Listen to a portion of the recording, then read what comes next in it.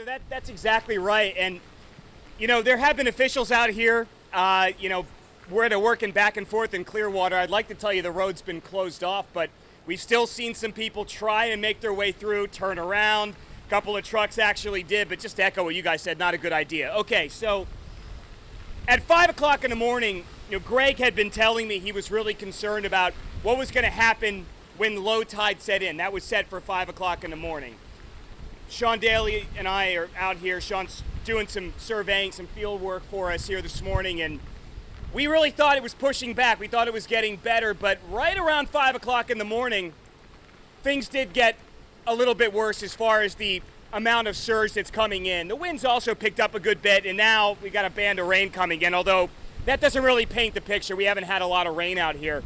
So there's a reporter at another station out in the middle of this. Guess what? I'm not going to do that because the wind's pushing this water through. It'll probably knock me over, and I don't really want that to happen. But this is the sidewalk here where I was able to stand all night.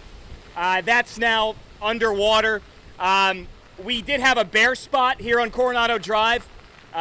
We don't anymore. The beach access point is kind of behind me over my right shoulder. That's where we were seeing the majority of the water come in. To give you an idea of how much is coming in, it's pretty significant. So the Hyatt Regency Hotel's behind me. Mike, if you want to zoom in, you can see the sandbags there in the water now up against that. That was our litmus test. Water had not reached that point before, now it is.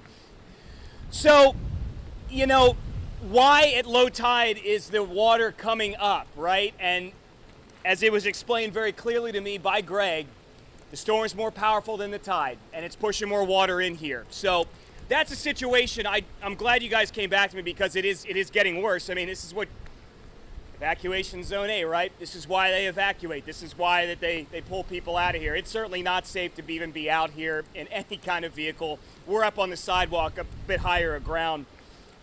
So yeah, we're just going to stand by and see how much more it rises. And I would say, what would you guys say? Winds picked up significantly over the last 10, 15 minutes. So that's where we are. Heather and Dia, I'll send it back to you.